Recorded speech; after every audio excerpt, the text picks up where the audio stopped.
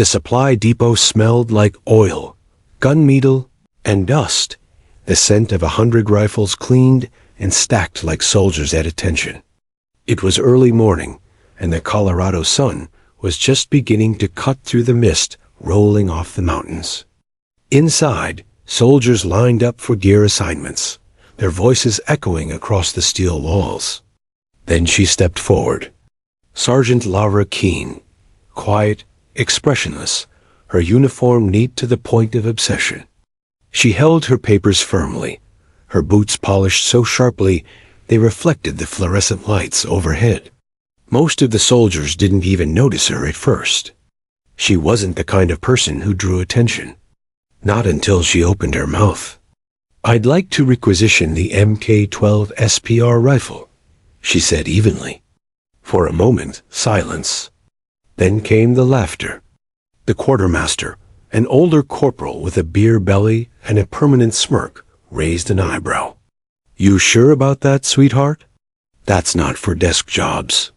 The soldiers nearby chuckled. One of them, a tall private named Hicks, leaned in and whispered loudly enough for everyone to hear.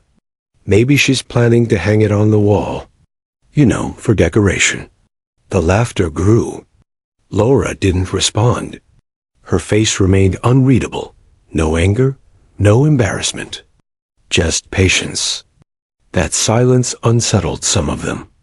She spoke again, voice calm and measured. "I've logged the required training hours. I'm requesting authorization for the Mk-12. The quartermaster chuckled and flipped through her file lazily. "Let's see. Keene, Lavra. Logistics transfer, right? Says here you've been behind a desk for 3 years. What makes you think you can handle a marksman rifle?" Her eyes didn't flinch. "Because I already have." More laughter. Hicks clapped his hands sarcastically. "Oh, we got ourselves a sniper. Watch out, boys." Laura's hand tightened slightly around the edge of the counter, but her expression didn't change.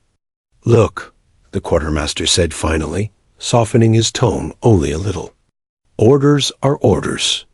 That rifle's reserved for Tier 1 units. You're not cleared. Pick something else." She stared at him for a long moment, then gave a small nod. "Understood." She turned and walked out, ignoring the whispers behind her. Outside, the cold mountain air hit her face. The laughter still echoed in her ears, not because it hurt, but because it was so familiar. It was the same sound she'd heard years ago when she'd first joined the army, the sound of men who thought silence meant weakness. That night, while most of the base slept, Lavra was at the firing range. The wind was sharp, the kind that cut through bone. The lights buzzed overhead, and the targets stretched out into the darkness. She carried an old M4 carbine, the only weapon she was allowed to sign out. She didn't need anything more. She set up her stance, firm, balanced, feet planted perfectly. Her breath slowed. One exhale, one squeeze.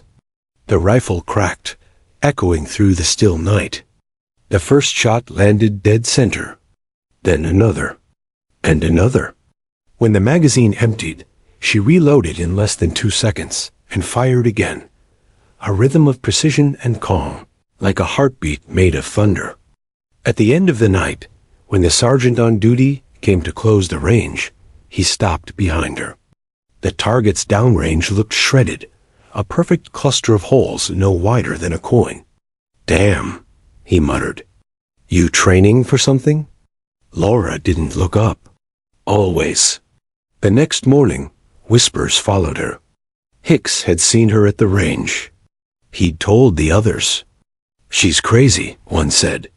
"She was out there until 3 a.m. "Yeah, but did you see her shots?" Another replied quietly. "Dead on. Every time. She probably just got lucky." But luck didn't explain the precision.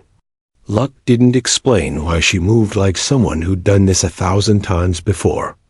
In the cafeteria, Lavra sat alone, her tray untouched. Across the room, Sergeant Voss, her squad leader, watched her with mild irritation. He'd requested her transfer to his team 3 weeks ago, and he already regretted it. She didn't talk, didn't joke, didn't blend. She was efficient, precise, unnervingly calm, and to him, that was suspicious. Voss was old-school army, loud, commanding. He believed in earning respect through aggression. Soldiers like Laura didn't fit in his world. He stood up, walked over, and dropped his tray across from her. "You like the range, huh?" She looked up, her eyes cool and steady. "Yes, Sergeant. You trying to prove something?" "No, Sergeant." He leaned closer. "Then why the special rifle request? You trying to play sniper?" "No, Sergeant." "Then what are you doing?" Her reply was simple. "Keeping my skills sharp." He frowned. "You saying you were a shooter before?" Lavra hesitated for the briefest moment. "Something like that." He studied her, searching for sarcasm or pride, but found neither. Just a flat calm that unsettled him more than anger ever could. That evening, during weapons drills, Voss decided to test her. "All right, Keen," he barked. "Let's see what those skills look like." He tossed her an unloaded rifle. 10 rounds. Moving targets, go. When she pulled the trigger, nothing happened, just a dry click. The squad burst out laughing. "Forgot the bullets, sharpshooter." Voss grinned. "Guess we'll call that a fail." Lavra looked down at the weapon, and back at him. "Permission to reload, Sergeant?" Voss smirked. "By all means." She loaded 10 live rounds, chambered one, and stepped into position. No warm-up, no hesitation. The first target popped up, crack. The second, crack. The sound echoed across the field, precise, rhythmic, terrifyingly consistent. 10 shots in 8 seconds. Every target hit dead center. When the last target fell, the range went silent. Voss's grin faded. Hicks swallowed hard. Lavra lowered the rifle, cleared the chamber, and calmly placed it on the table. "Training complete, Sergeant." Then she walked off the field without another word. Later that night, in the barracks, the whispers started again. But this time, there was no laughter. "Who the hell is she?" "She's not just logistics, that's for sure." "You see that mark on her wrist?" "Yeah, looks like a claw or something." Lavra lay in her bunk, staring at the ceiling. Her wrist itched where the old tattoo rested, the black talon gripping a bullet. She had tried to cover it once, but ink over ink never hides the past. She turned over, shut her eyes, and tried to sleep. But the past had a way of finding her, and this time it was closer than she realized. That same night, in a different wing of the base, a visitor's name appeared on the next day's schedule. General Marcus Harlan. No one knew he was coming. No one knew he'd once commanded a secret unit that no longer existed. And no one knew that when he saw the mark on Lavra Keen's wrist, everything, every secret, every lie, every buried memory would come crashing back to life. Because long before the world forgot the name, Black Talon, Lavra Keen had already lived it. And now, the ghosts she'd spent years running from were marching straight toward her. Rain hammered the tin roofs of the Colorado base, turning the dirt roads to rivers of mud. Inside the barracks, the mood was darker still. The whispers about Sergeant Lavra Keen had spread too far, mutating into resentment. Soldiers didn't like mysteries, and she had become one they couldn't solve. It started with small things, her gear misplaced, her laundry swapped, her cot drenched in shaving cream. Harmless pranks, they told themselves. Just keeping it light. But behind every grin was the sting of jealousy. She'd embarrassed them on the range, outperformed them on every drill, and somehow earned the attention of a general who didn't even speak to captains without cause.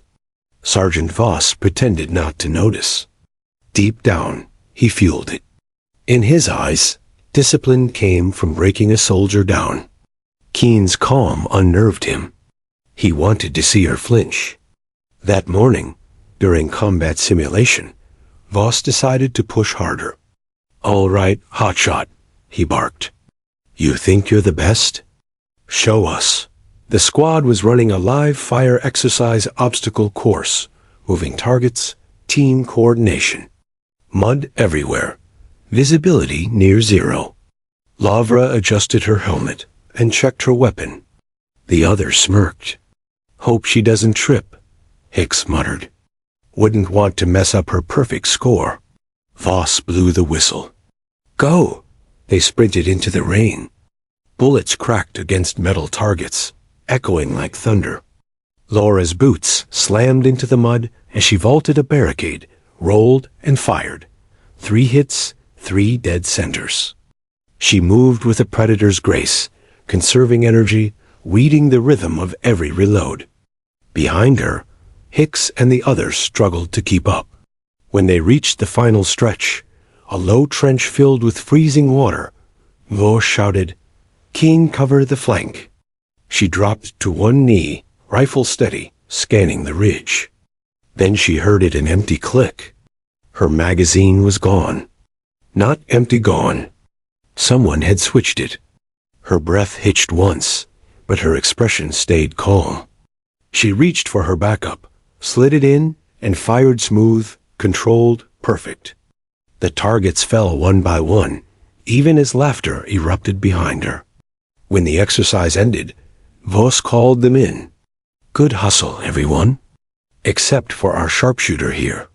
Lavra stood silently in the rain, water dripping from her helmet. Voss grinned. "You lose your magazine out there?" "Must have been nerves." Hicks snorted. Or maybe the gun didn't want to work for her.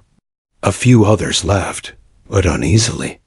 They'd seen her composure, her precision even under sabotage. The joke didn't land. Laura wiped the mud from her cheek. "Permission to speak freely, Sergeant?" Voss folded his arms. "Granted." "Next time," she said quietly, "make sure the game is fair." The field went silent. Voss's grin disappeared. That night, the squad gathered in the mess hall. Rain pounded the windows. Someone had a guitar, and the noise of laughter filled the air again, but not the same kind. It was forced, anxious. Everyone sensed the tension. Hicks tried to lighten it. "She's tough, I'll give her that." Didn't even blink. "Yeah," another said. "Maybe too tough. You notice how she never talks about family? Or where she served? She's hiding something." Voss set down his cup. "I checked her file. It's mostly blacked out. Logistics transfer, my ass. She's probably some screw-up they buried here." The door creaked open. Lavra stepped inside, drenched from another night at the range. Every head turned. The conversation stopped. She walked to the counter, grabbed black coffee, and sat alone at the far table. Voss's voice carried. "What's it like, Keen? Being everyone's favorite mystery?" She didn't respond. He stood and walked toward her. "Come on, Sergeant, lighten up. We're just curious. Who trained you? FBI? CIA? Or maybe you just watched too many sniper movies?" The room waited for her to snap, to yell, to give them something human. But she just took a slow sip of coffee, eyes locked on the steam. Finally, she said softly, "You wouldn't believe me if I told you." Her tone wasn't defiant, it was weary.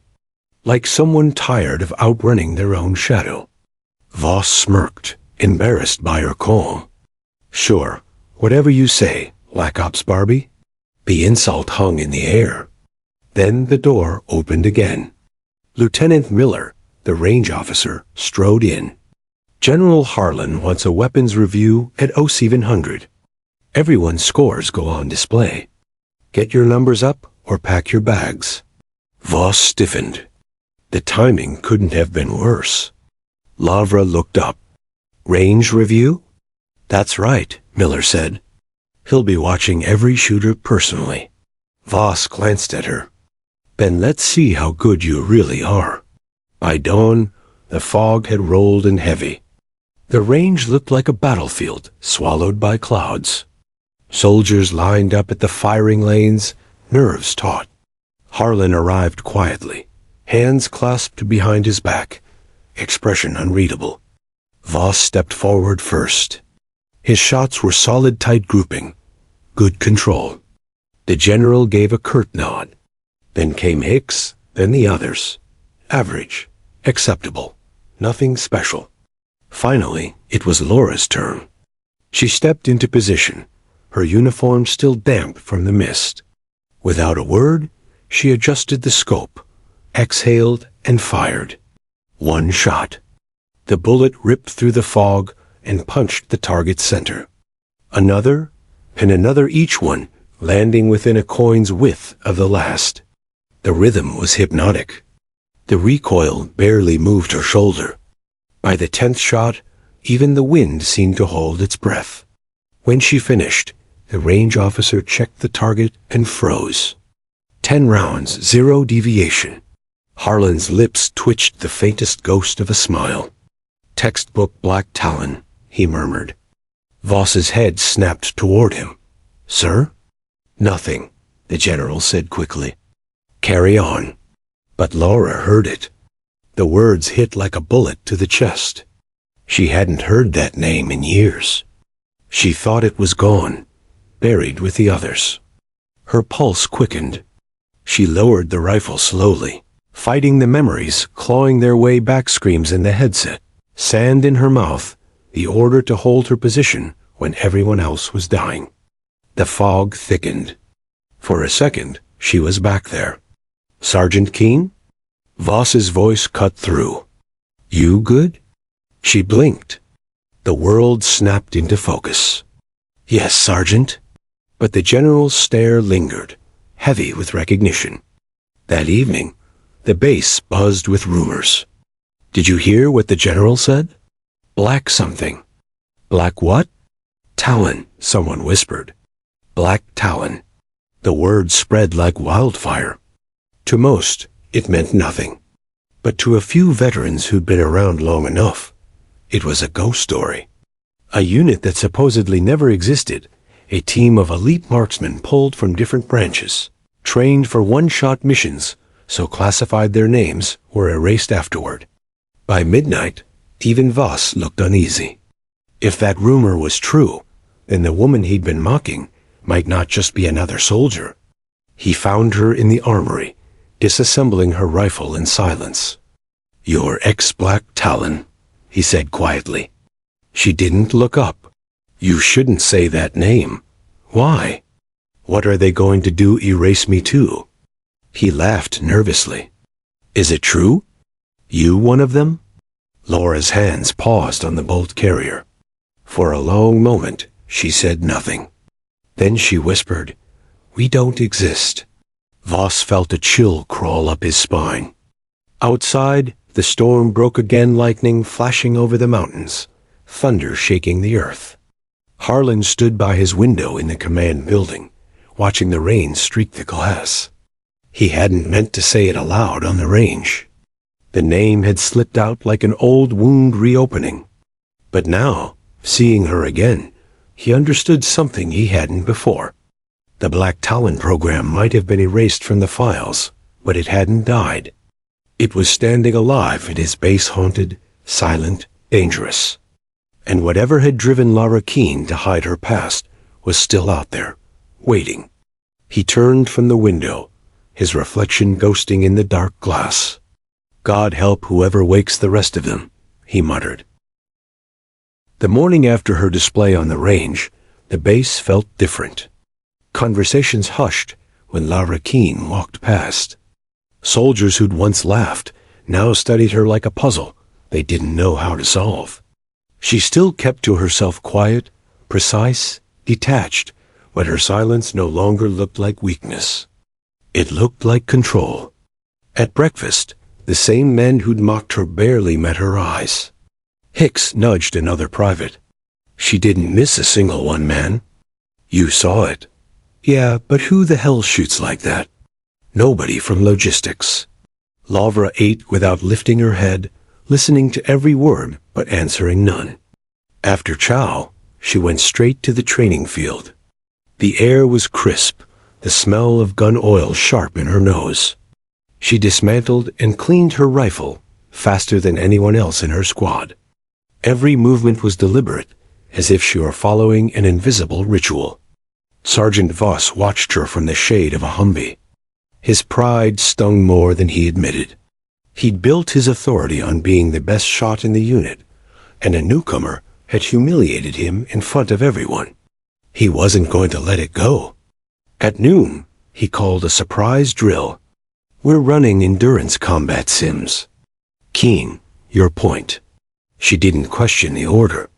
She just nodded and adjusted her gear. The course was brutal. Steep hills, obstacles, low-crawl trenches thick with mud. The others grumbled, but Lara moved like a machine. Where they gasped for breath, she paced her breathing. Where they stumbled, she rolled and rose again. The mud clung to her uniform, but her focus never wavered. By the halfway mark, the squad was 20 yards behind. Voss barked at them, but his eyes kept flicking toward Laura, annoyed, curious, something else he couldn't name. When the exercise ended, she was the only one not drenched in exhaustion.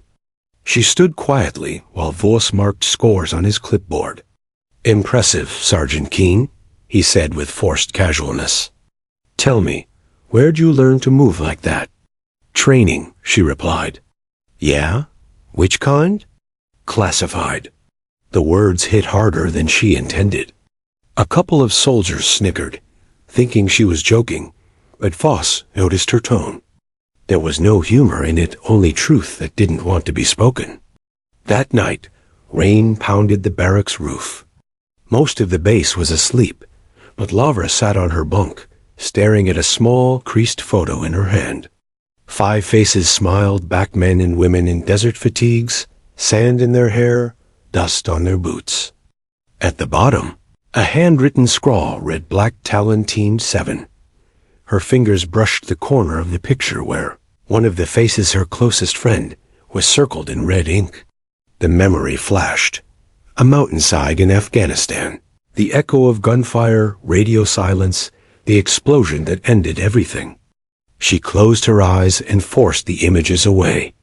She'd buried that part of herself years ago. But the army never really lets you bury anything. 2 days later, a convoy of black SUVs rolled through the gate. General Marcus Harlan stepped out, his boots crunching against gravel. The base commander hurried to greet him, flustered. Sir, we weren't expecting inspection until... Harlan cut him off with a glance. Change of plans. I'm here to observe the 81st Training Unit. Every soldier in the yard stiffened when the general's shadow passed. He carried himself like someone carved from iron, his medals understated but heavy with stories no one dared ask about. When he reached the training field, his gaze swept across the recruits and stopped. There, in the firing lane, Lavra Keen was cleaning her rifle. Her sleeves were rolled up, revealing the edge of a dark tattoo near her wrist, a black talon gripping a bullet. For a moment, Harlan didn't move. The noise around him faded. His throat tightened. He hadn't seen that insignia in more than a decade. General? The commander asked quietly. Harlan's voice was barely a whisper. Black Talon? He stepped closer. Lavra sensed the shift in the air and looked up. Their eyes met his, filled with recognition, hers with the dread of someone caught by the past. Name, he said. Sergeant Lara Keen, sir. He studied her face. Where did you serve before this post? Domestic logistics, sir. Before that. A long pause. Classified, sir? The commander blinked. Classified? Harlan raised a hand. That'll be all, Colonel. He turned back to her. Report to my office at 1800. Yes, sir. Word spread through the base like wildfire. The general called Keene in personally. What's going on? You think she's in trouble? Even Voss couldn't hide his curiosity. She must have really messed up, he muttered. But deep down, a sliver of unease twisted in him. At 1800 hours sharp, Lavra knocked on the general's door. Enter, came the voice. His office was Spartan, no photos, just maps, commendations, and a faint smell of old leather. Harlan sat behind his desk, her file open before him. He didn't invite her to sit. You know, he began, when I saw that mark on your wrist, I thought my eyes were lying. He turned the folder around. But they weren't. Inside lay a sealed, yellowed dossier, stamped classified, Project Black Talon. Laura's chest tightened. Sir, that file was destroyed. Most were, Harlan said. I made sure this one wasn't. He leaned forward, voice low. You were one of ours. Teen 7. Operation Viper Dust. She didn't answer. Her stare drifted to the floor, to the memory of smoke and sand, and the deafening silence that followed. Harlan's tone softened. You saved 12 SEALs that day with one shot. I read the after-action report before it was buried. You don't forget marksmanship like that. Sir, she said quietly, that unit no longer exists. Neither do the people who ran it, he replied. But you do. Why hide? Laura's jaw tightened. Because Black Talon was a failure. Everyone died. I shouldn't have lived. Harlan stood and circled behind her. Survivors don't choose who dies. They choose what to do afterward. She didn't respond. Finally, he sighed. I'll be observing your unit over the next week. You'll continue as normal. Yes, sir. And Sergeant Keene. Sir, don't cover that mark again. Some legacies deserve to breathe. She saluted, turned sharply, and left heart pounding. Outside, the sun had dipped behind the mountains, leaving the base cloaked in orange haze. Every step she took felt heavier. Her secret wasn't secret anymore. At the range, Hicks and the others were cleaning gear. They froze when they saw her. Heard you got called in, one said nervously. Everything okay? Fine, she replied. Voss eyed her. What did he want? Routine, she said, loading her rifle. She aimed downrange, the setting sun glowing through the scope. One slow breath. One pull of the trigger. The shot rang out clean, sharp, final. The bullet punched dead center through the target's heart. When she lowered the rifle, the others stared, not just at her aim, but at her silence afterward, like someone who'd already fought a war no one else could see. In the shadows beyond the range, General Harlan watched in silence. For the first time in years, he felt something he hadn't since his own days in the field, a chill of respect, and maybe a little fear. He knew what that kind of precision meant. He knew what that mark on her wrist had cost. And he knew that the ghosts of Black Talon were stirring again. The storm looked endless. From the cockpit windows, the clouds swelled like black mountains, alive with silent flashes that turned night into white daylight for a heartbeat at a time. Every flash froze the raindrops streaking sideways across the glass, and each thunderclap arrived half a breath later close enough to feel in the ribs. Kayla Brooks didn't blink. Her hands rested on the yoke, as if it were part of her own bones. Wind shear warning. The synthetic voice repeated for the third time. The captain reached for a switch, but Kayla was faster. Disengage the alarm. Keep your focus, she said. Noise kills judgment. The alert went silent, leaving only the thrum of rain and the low growl of a single functioning engine. They were down to 11,000 feet and sinking too fast. The altimeter needle twitched like a nervous heartbeat. Behind them, 200 souls sat in darkness, unaware of the numbers spinning in red. A flight attendant whispered a prayer under her breath while fastening herself into the jump seat. Somewhere in the middle rows, a baby cried, a thin sound swallowed by the storm's roar. Kayla checked the radar. Storm cell directly ahead is rotating. We can't punch through it. The captain's jaw tightened. Options? Climb if she gives us the lift.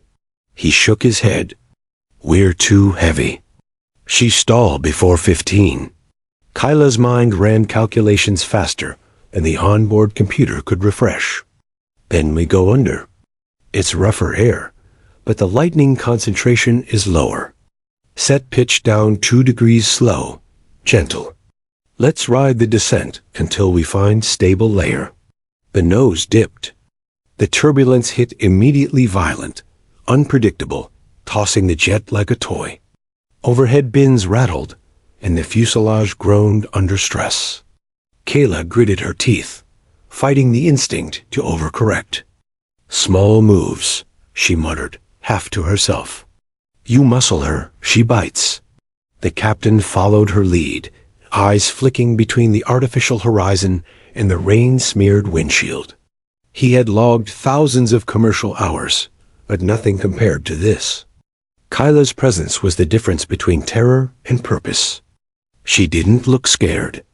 She looked alive. Lightning exploded just off the left wingtip. For an instant, the entire cockpit glowed electric blue.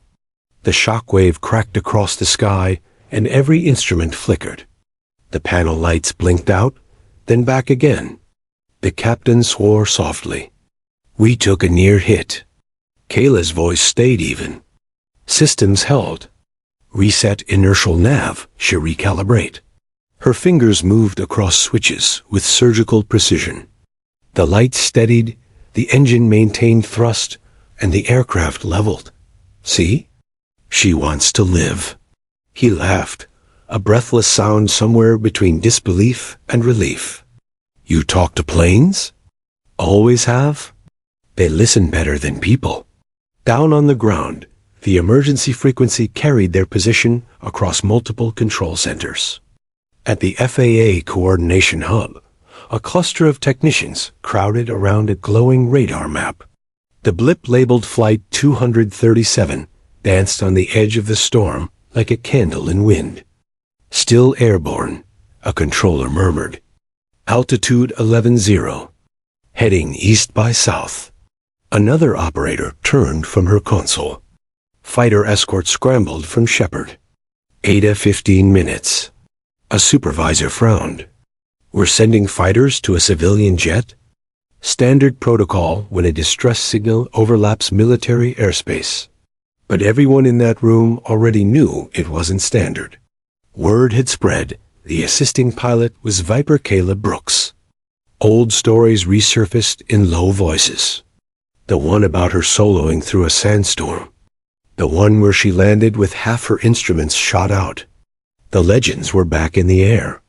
Inside the cockpit, time seemed to stretch. Each minute lasted an hour.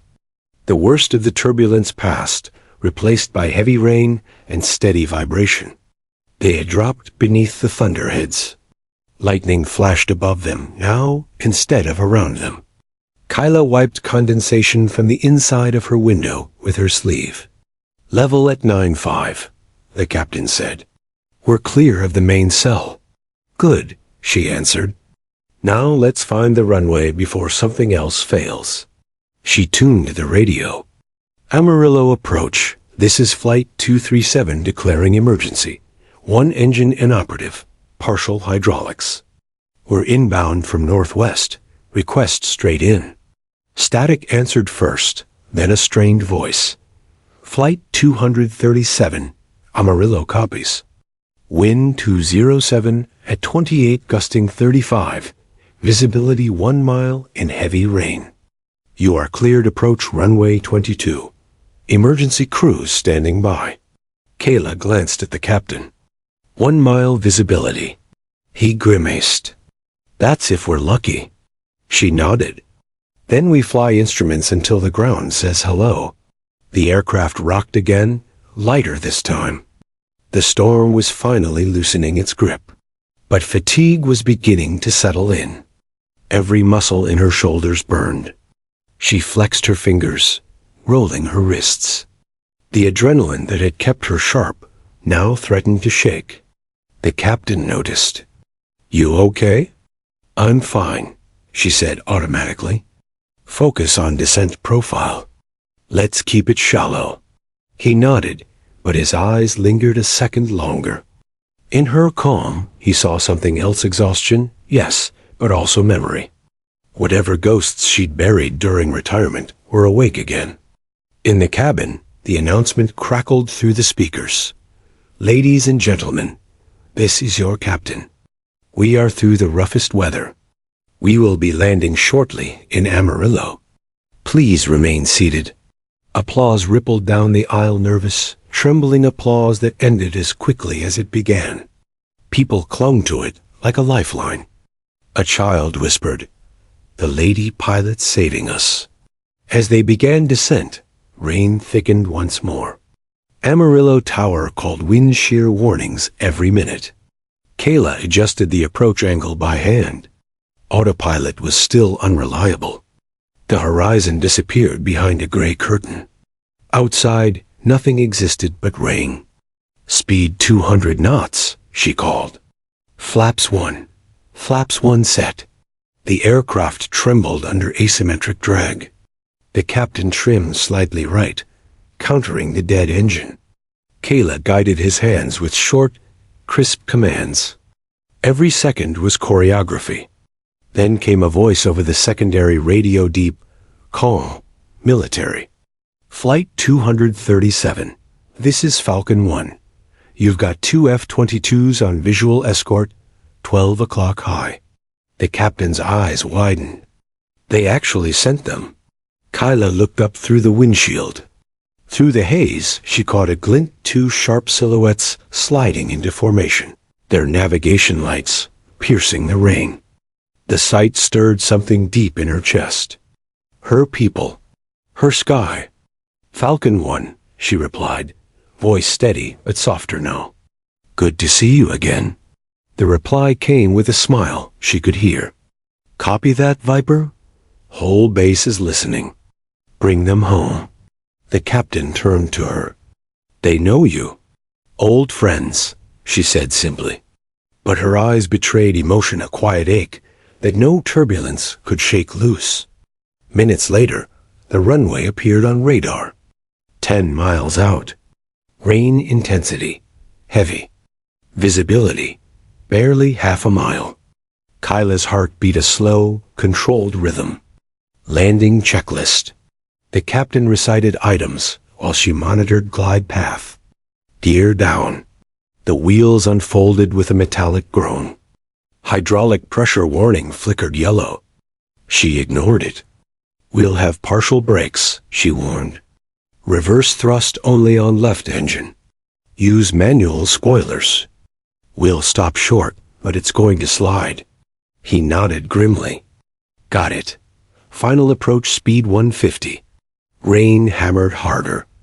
The runway lights were still invisible. The F-22s peeled off to the sides, keeping visual guard.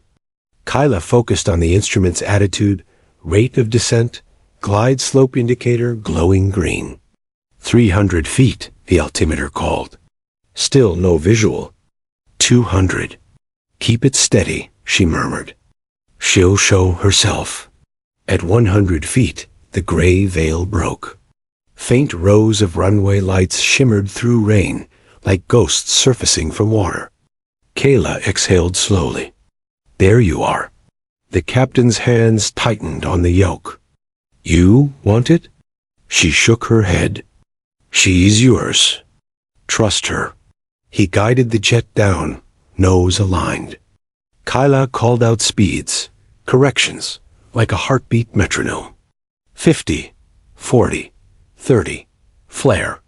The wheels touched asphalt with a heavy thud, tires hissing as water exploded beneath them. The plane skidded, shuddered, slowed. Reverse thrust roared from the single engine. The captain wrestled the rudder. Kayla braced her arm against the panel to help. The aircraft finally came to a grinding stop halfway down the runway. For a second, neither moved. Then, from behind the cockpit door, came the sound of cheering raw, disbelieving, beautiful. The captain leaned back, shaking his head. I thought we were done up there. Kayla smiled faintly, exhaustion softening her voice. You were never done. You just needed someone to remind you. Outside, the F-22s passed low overhead in silent salute, wings tilting once before vanishing into cloud. Fire trucks and ambulances raced toward them, lights flashing red through the rain. Kayla sat back, closing her eyes for the first time in hours. Her heartbeat slowed. Somewhere deep inside, the sky whispered its familiar promised danger, duty, freedom, and she realized she had never truly left it. The rain hadn't stopped when the rescue crews reached the jet. Water streamed down the fuselage, the emergency lights flashing in its reflection like distant lightning. Inside, passengers cheered, cried, or sat frozen in disbelief. The cabin smelled of adrenaline, fear, sweat, and relief, mixing into something unforgettable. In the cockpit, Kayla Brooks sat motionless. Her hands still rested lightly on the throttle and yoke, as though letting go might undo what they'd just achieved. The captain exhaled for the first time in what felt like hours. We made it, he whispered. Kayla opened her eyes slowly. You did, she said. You flew her down. Perfect touchdown under one engine and half hydraulics. The captain laughed shakily. Only because you were sitting there. I just copied what you said. Then that makes two of us doing our jobs, she replied, finally standing. Her knees trembled, but her posture stayed proud. Years of flight school discipline never faded. Not even exhaustion could break it. Outside, paramedics were already climbing the portable stairs, ready to check for injuries. Kayla unbuckled, tugged her jacket tighter, and stepped into the rain. The cold hit instantly, sharp and grounding. She drew in a deep breath. For the first time in years, she smelled jet fuel and storm air mixed together, an intoxicating scent she hadn't realized she missed. Reporters would later say the rescue looked like a movie scene. The soaked pilot standing under flashing lights, rain pouring down her face, her hair plastered against her cheeks. But in that moment, Kayla didn't think about cameras or praise. She thought about training, the long nights on the tarmac, the drills where she'd learned to keep her voice steady, even as alarms screamed around her.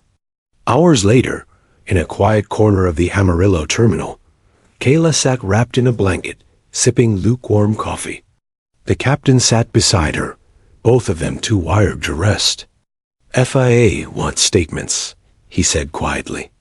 They'll want to know what happened in the cockpit. They'll get their data, Kayla replied. But they won't get the storm. You can't put that on paper. He studied her. You've done this before talking to investigators, I mean. She smiled faintly. You could say that.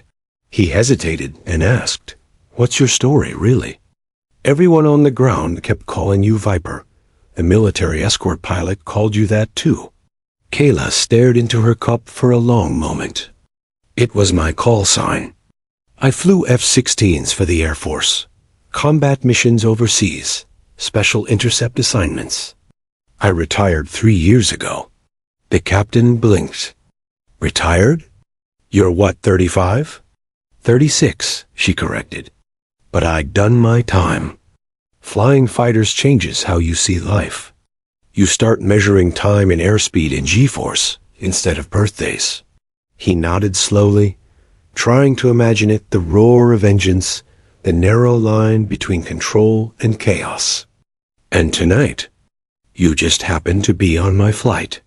Kayla's lips curved into a quiet smile. Luck, maybe. Or irony. As dawn broke, the terminal windows began to glow. Outside, the storm finally gave way to soft morning light. Passengers lined up to thank her, one by one, A mother hugged her so tightly that Kayla almost forgot how to breathe. A little girl handed her a drawing of an airplane with wings shaped like hearts. She thanked them all politely, but her thoughts were elsewhere. Every thank you felt like a reminder of the past she'd walked away from, a past that refused to stay buried. She turned as a voice called from across the terminal. "Brooks!" She recognized it instantly. The man striding toward her was Commander James Riley, former squadron leader, now wearing civilian clothes but carrying the unmistakable posture of a man still bound to the sky. "Commander," she greeted, half smiling. "You didn't waste time finding me." He grinned. "You didn't exactly make it hard. Half the Air Force heard your voice on the emergency channel last night. Thought my radio was haunted." Kayla groaned softly. "So much for staying off the radar." Riley's expression softened. "You saved a couple hundred lives, Kayla. You really thought no one would notice?" She looked away. "I didn't do it for notice. I know." He paused. "But people like you, people who've lived through the sky, you don't just stop flying. The sky doesn't let you." She stayed silent. Deep down, she knew he was right. That night's chaos had reawakened something she'd suppressed, the instinct that came alive when metal, air, and risk collided. Later that morning, in a quiet debriefing room, FAA officials interviewed both pilots. The questions were technical: engine failure sequence, turbulence patterns, emergency protocol adherence. Kayla answered calmly, her tone clipped and professional. But one investigator leaned forward. "Ms. Brooks, when the captain lost control during descent, you took command. You made several maneuvers not covered in commercial pilot manuals. How did you know they'd work?" She looked him straight in the eye. "Because I've flown aircraft that don't forgive mistakes. You learn how they think. You feel the air through the stick, not through the instruments." The man scribbled notes, clearly unsure what to make of her response. Riley, who'd been allowed to observe, just smiled faintly. When the session ended, he followed her into the hallway. "Still sharp," he said. "You talk like you never left the cockpit." "I never wanted to leave it," she admitted quietly. "I just thought I had to." He studied her face. "You know, the Air National Guard could use an instructor. Experienced, calm under pressure, good with rookies who think they're invincible." Kayla raised an eyebrow. "Is that a job offer? Call it a suggestion." She laughed softly. "I'll think about it." That evening, Kayla returned to her hotel. For the first time in years, she couldn't sleep, not because of fear, but because of the silence. The hum of engines still echoed in her mind. The storm, the alarms, the voice of the captain, the glint of the escort jets, all of it replayed like a heartbeat. Finally, she rose, pulled open the curtains, and stared out at the airport. Runway lights blinked faintly in the distance, tiny stars against the dark. Her reflection stared back from the glass, calm, but restless. The kind of look only pilots carried after surviving something impossible. Her phone buzzed on the nightstand. A text from Riley. "Still can't sleep, can you? That's the sky calling. Don't ignore it." Kayla smiled. The text was exactly what she'd been thinking.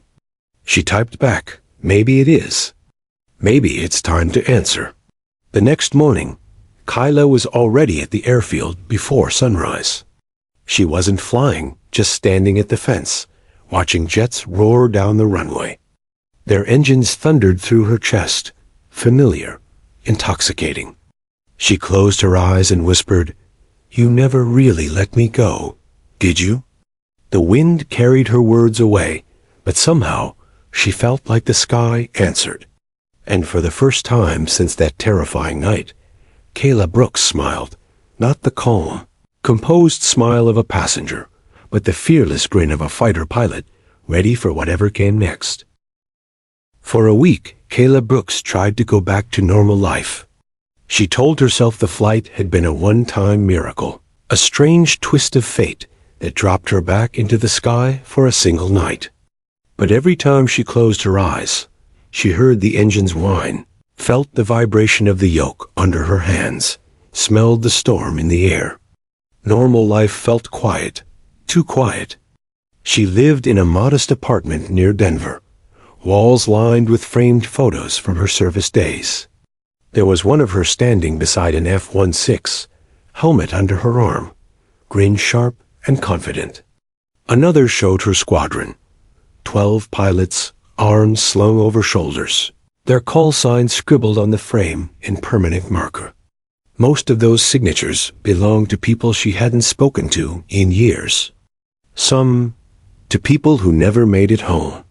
The news networks wouldn't stop calling. Hero pilot saves 200 passengers, they called her. She ignored every interview request. The world wanted a story. She wanted silence. Then, one morning, her doorbell rang. Commander James Riley stood outside with his familiar grin and 2 coffees. "You didn't answer my call," he said, stepping inside before she could protest. "I figured you'd take a hint," she muttered, but her smirk gave her away. "I don't take hints, Brooks. I take missions." He handed her the coffee and sat on her couch like he owned the place. "The guard wants you back. Instructor role. 2 days a week. No combat. No deployments. Just training recruits. Showing them what you showed that captain." Kayla laughed softly. "Riley, you know how long it took me to stop living out of a flight bag? I like my peace. You like pretending you're done," he corrected. "There's a difference." She didn't answer right away. He wasn't wrong. That night on Flight 237 had stirred something old and unstoppable. The kind of fire that didn't fade. It just slept. "What's the catch?" she asked. "No catch," Riley said. "Just a simulator and a bunch of rookies who think Top Gun was a documentary. They need someone who's seen what flying really costs." Kayla looked out the window at the mountains. 2 days a week? 2 days, he said. "And you don't have to salute anyone." She sighed, then smiled. "You always did know my weaknesses." He raised his coffee in mock salute. "Welcome back, Viper." The hangar smelled of oil and adrenaline, exactly as she remembered. As Kayla stepped through the doors of the training facility, the echo of her boots across the floor felt like coming home. Rows of sleek training jets lined the far wall, their canopies glinting under fluorescent light. Young pilots in flight suits paused their chatter when they saw her. Most of them recognized her instantly. Her story had gone viral among military circles. "That's her," one whispered. "The one from Flight 237. Kayla ignored the murmurs and walked straight to the front of the group. "All right," she said, her voice steady, commanding, unmistakably military. "If you're here to show off, you can leave now. Flying isn't about ego. It's about control. You fight the sky, you lose. You work with it, you live." The room went silent. Over the next hours, she ran drills, simulations, and emergency procedures. The young pilots tried to match her precision, but few came close. Even in a simulator, her instincts were razor-sharp. When one recruit overshot a simulated landing and cursed, Kayla leaned over his shoulder. "You panicked. You saw the ground coming and froze. The second you lose focus, the sky punishes you." He swallowed hard. "Yes, ma'am." "Try again," she said softly. "But this time breathe. The jet will follow your heartbeat. Make sure it's steady." By the end of the day, even the most arrogant cadets looked at her with respect. Riley watched from the observation deck, grinning. "She hasn't lost a step," he muttered. That night, Kayla stayed late. The hangar was empty, except for the sound of rain tapping on the metal roof. Again, that rain, her eternal companion. She climbed into one of the trainers, strapped in, and closed her eyes. For a moment, she imagined the hum of an engine beneath her, the vibration through her seat, the pull of gravity as the jet lifted. She smiled faintly. Maybe I'm not done after all. Part 6. The Sky Remembers approximately equals 1,200 words. The next months felt like revival. Kayla trained cadets, flew simulation drills, and even took short demonstration flights in real aircraft. The moment her hands touched the control stick again, something inside her healed. She was back where she belonged, halfway between Earth and infinity. But with every flight came memories she couldn't ignore. The first time she hit Mach 1 again, she remembered her wingman, Riley Torch Daniels, the friend she'd lost years ago during a mission over Syria. The last thing she'd heard over the radio was his voice saying, "Don't you dare blame yourself, Viper." She never stopped hearing it. Riley noticed the change. One evening, as the sun set behind the runway, he found her sitting on the wing of a trainer jet, staring at the horizon. "Long day?" he asked, climbing up beside her. "Long year," she said softly. "I thought coming back would make the ghosts quieter." "And did it?" She shook her head. "No, but it made me remember why they mattered." Riley nodded slowly. "You know, not everyone gets a second chance in the air. You did. You earned it. Don't waste it by looking backward." She smiled faintly. "You always were good at pep talks." He chuckled. "I learned from the best." 2 weeks later, Kyla was invited to an aviation safety conference in Washington, D.C., part of a panel on crisis decision-making in flight. The FIA wanted her to share her experience from Flight 237. She hesitated at first, but eventually agreed. Maybe her story could save someone else someday. On stage, dressed in her crisp blue uniform, she looked out at hundreds of pilots, engineers, and students. The lights were bright, the room silent. She began calmly, describing the mechanical failure, the storm, the captain's panic. But as she spoke, her voice grew softer, more personal. "I didn't save that flight because of luck," she said. "I saved it because the Air Force taught me something no manual ever could, that panic kills faster than gravity. You train not for perfection, but for clarity under chaos. You learn that courage isn't the absence of fear, it's flying anyway." The room was still when she finished. Then came the applause, not thunderous, but heartfelt, the kind that lingered. Afterward, a young pilot approached her. "Ma'am," he said shyly, "I joined the Air Guard because of you. I was scared of flying until I saw that video." Kayla blinked. "Video?" He nodded. "From the flight, one of the passengers recorded you landing the plane. It went viral." Kayla sighed and smiled. Of course it did. That night, back in her hotel, she watched it for the first time. Someone had filmed her from row 4, her calm voice on the intercom, the lightning outside, the final cheer when the plane stopped. But what struck her wasn't the fear or chaos. It was her own tone. Steady, assured, alive. She realized she wasn't watching a miracle. She was watching the truth of who she was. A pilot. Not past tense, present. The next morning, Riley called her from Colorado. "Big news, Viper. Command approved your request for leave flight training clearance. You're officially back on the roster." Kayla smiled into the phone. "Guess the sky missed me." Riley laughed. "The sky never forgot you." She hung up, looked out the hotel window at the faint contrails across the sky, and whispered, "Then let's give it something to remember."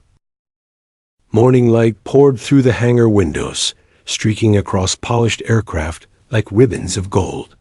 The air smelled of oil, rain, and jet fuel, the perfume of every pilot's life.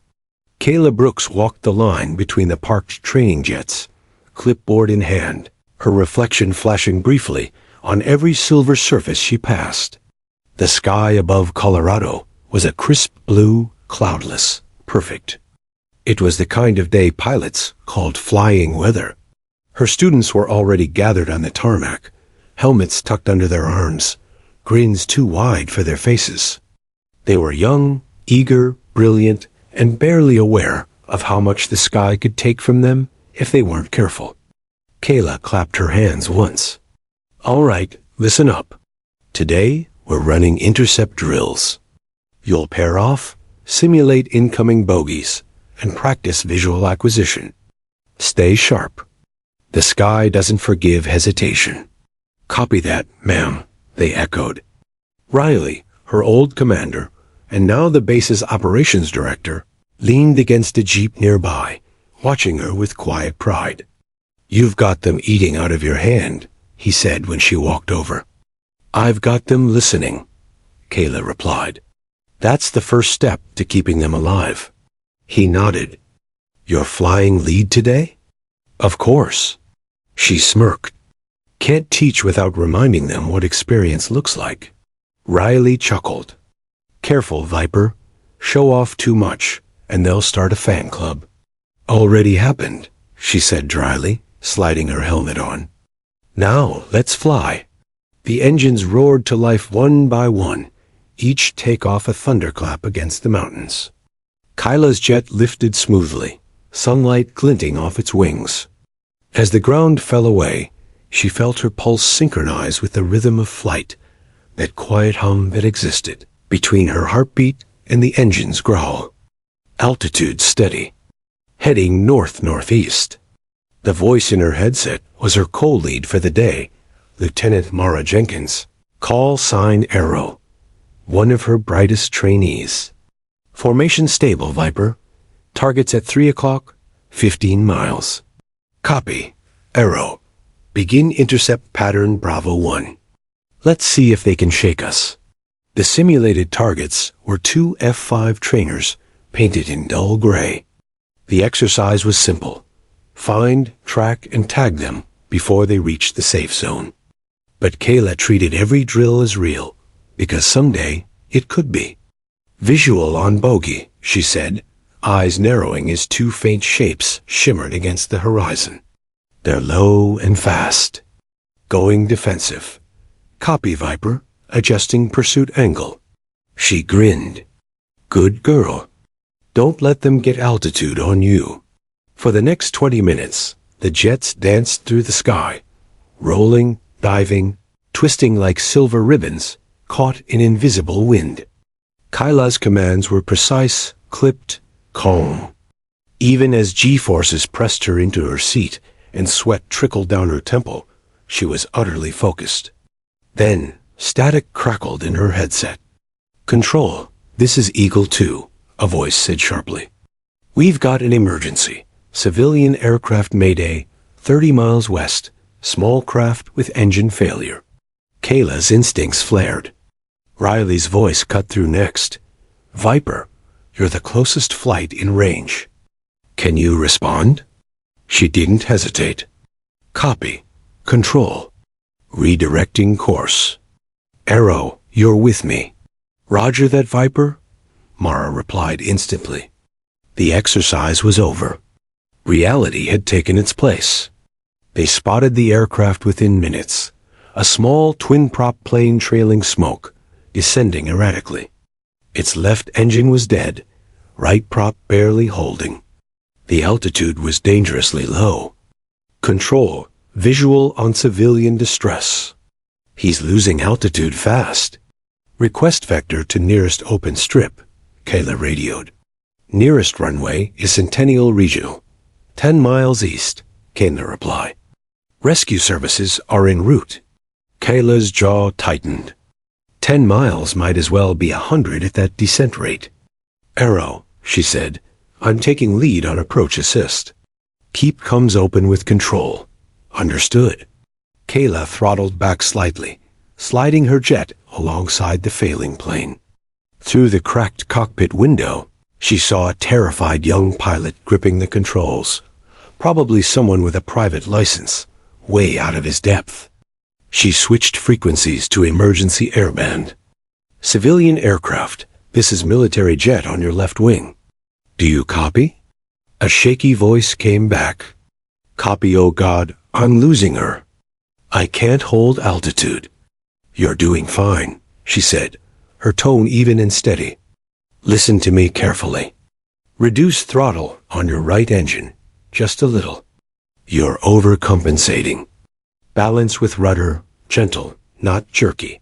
He followed, hands trembling. The plane stabilized slightly. There you go, she said.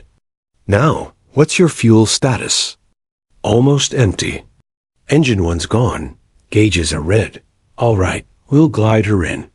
You're going to make a long, shallow approach. I'll fly beside you the whole way. Arrow's voice came through, calm but urgent. Viper, altitude's dropping too fast. At this descent, he won't reach Centennial. Kayla looked at the terrain below. Hills, sparse trees, open patches of land. Then her eyes caught something. A straight stretch of interstate cutting through the valley. Arrow, she said, we're landing him on Highway 285. Copy, Mara said without question. Control, Kayla called. We're attempting emergency landing on the highway. Request ground units clear a stretch ahead. Coordinates transmitting now. Confirmed. Viper, we're notifying local authorities. The ground rushed closer. The twin prop's engine sputtered, coughing smoke. The young pilot was pale, shaking. Keep your nose up, Kayla instructed. Trim steady, flaps down halfway. You see that road ahead? That's your runway. I can't. I don't think. Yes, you can, she said, firm but kind. You've got one chance, so stay with me. Eyes forward. Gentle descent. She eased her own jet slightly ahead, guiding him visually, radioing every adjustment like a heartbeat. Altitude steady. Ease the throttle. Flaps full. Touchdown zone marked. Below, cars had stopped.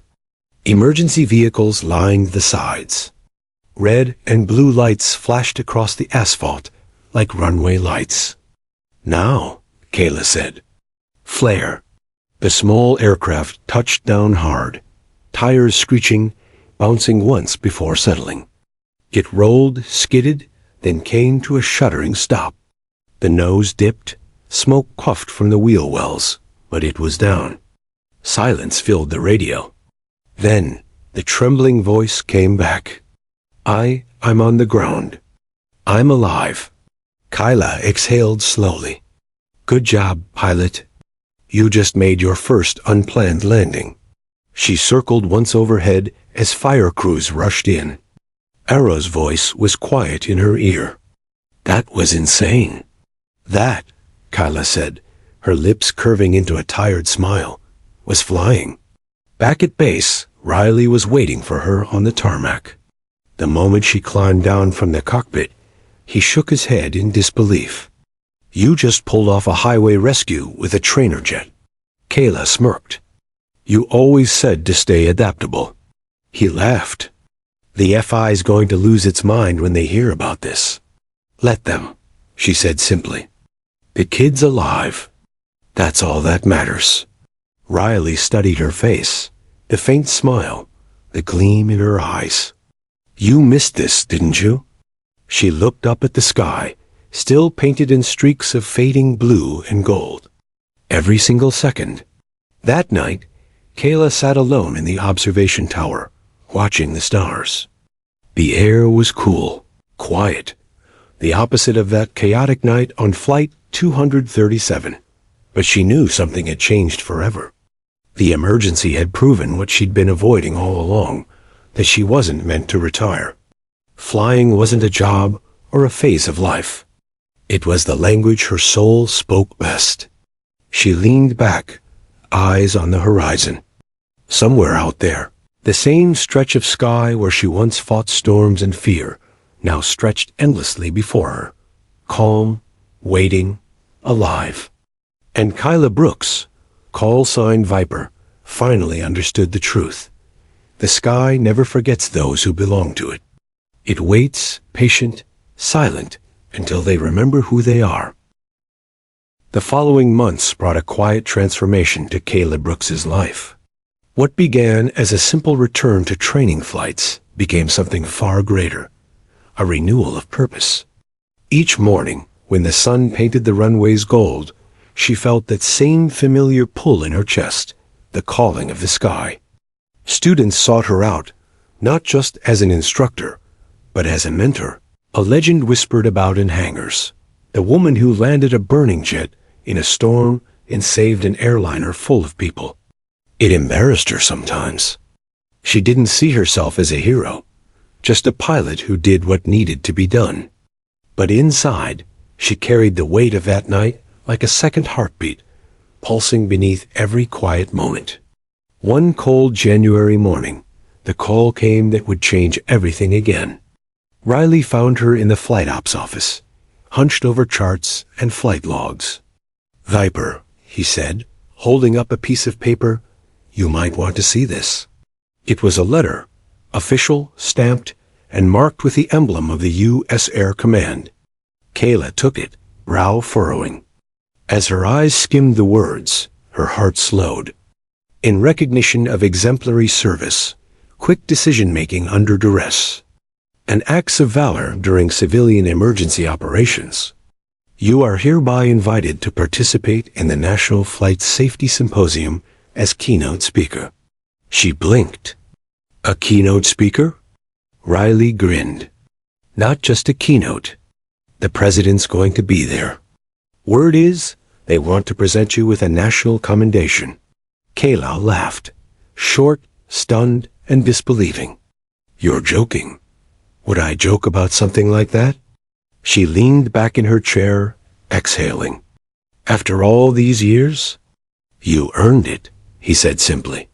For a long moment, she said nothing. Her eyes drifted toward the window, the horizon beyond the runways glowing pale orange under dawn light. She thought of the passengers she'd saved that night, the young pilots she'd guided to the highway landing, the students she now mentored every day.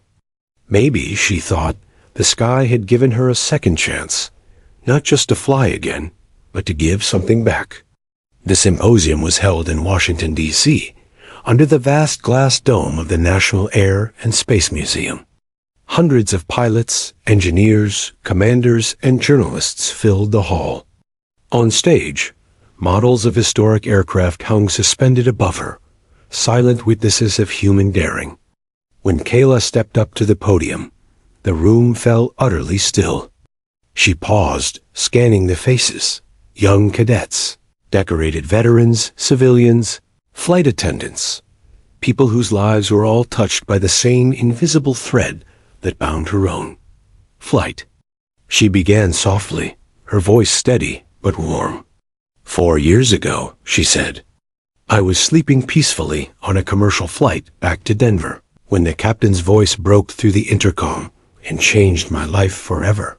A ripple of recognition moved through the crowd. I was tired off duty, and for a moment I thought, someone else will handle it. But when he shouted, any fighter pilots on board? Something inside me woke up. Not my training, not my rank, something deeper. The part of me that remembered who I was before fear ever tried to make me forget. She took a breath. The silence was absolute. I helped land that plane, yes. But the truth is, that night saved me too. It reminded me that no matter where life takes you, or how long you've been grounded, the sky never stops calling those who belong to it. Her words hung there, soft but electric. When the alarms sound, when everything's chaos, it's not medals or titles that save lives. It's the decision to step forward when everyone else steps back. And sometimes, that decision starts with a single word. Yes. The audience rose to their feet before she even finished her last sentence. It wasn't the kind of applause meant to flatter. It was the kind that carried respect, gratitude, and awe. As she stepped down from the stage, the Air Command's representative approached her with a medal encased in glass, engraved with her name. call sign, and the words, "For valor and service above and beyond." Riley, who had flown in to watch, stood quietly at the back, his eyes glinting with pride. When she caught sight of him, she smiled. "You still think I just came back to teach?" He chuckled. "No, Viper. You came back to remind us all what it means to fly." Weeks later, back at the Colorado base, Kayla sat in the briefing room after another long day of drills. The sun had dipped behind the mountains, painting the sky in streaks of violet and gold. Her students lingered nearby, laughing, trading call signs, still buzzing with post-flight adrenaline. Mara Arrow approached her, holding a small box. "Ma'am, we all chipped in. We wanted to give you this." Kayla opened it. Inside was a silver pendant shaped like wings, engraved with 2 words, "Stay fearless." Her throat tightened. "Thank you," she said softly. "You all have no idea what this means to me?" "Actually, ma'am," Mara replied with a smile, "we think we do." That night, unable to sleep, Kayla drove out to the edge of the airfield. The runway lights glowed faintly in the distance, blinking like stars fallen to earth. She stepped out of the Jeep and breathed in the cold night air. It was quiet, so quiet she could hear the faint hum of power lines and the faraway rustle of wind across the plains. She remembered the faces of every person she'd met since that night on Flight 237, the terrified passengers, the brave flight attendants, the young pilot on the highway, her students, Riley, even the captain who'd shouted those unforgettable words that pulled her back into the sky. A smile crossed her face. She realized that every flight, every emergency, every sleepless night had led her here, not to fame or recognition, but to peace. For the first time in years, she wasn't haunted by what had happened. She was grateful for it, because it reminded her that sometimes life's most terrifying moments are the ones that give us back the best parts of ourselves. She sat on the hood of her Jeep, eyes lifted to the stars, and there it was again, that quiet whisper from the heavens. Not a sound, but a feeling. The sky wasn't calling her this time. It was thanking her. And for once, she didn't feel like she was chasing the horizon. She was part of it. Kayla Brooks, call sign Viper, smiled to herself and murmured, "Roger that sky." Mission complete. As she turned to leave, a jet soared overhead, one of her students, no doubt, flying a solo night training run. The afterburners flared like fire in the dark. She looked up, eyes bright, and whispered the same words she'd once told a terrified young pilot. "Keep your wings steady." Epilogue years later. Her story became part of Flight Academy training material across the U.S. Her calm radio instructions were studied, her bravery honored. But what she was most proud of wasn't the medal, or the fame, or even the nickname Viper. It was the hundreds of young pilots who carried her lessons into the sky, fearless, focused, and ready to answer the call when their moment came. Because somewhere, in every cockpit, the echo of that night still lived on, the night she woke from sleep and remembered she was born to fly.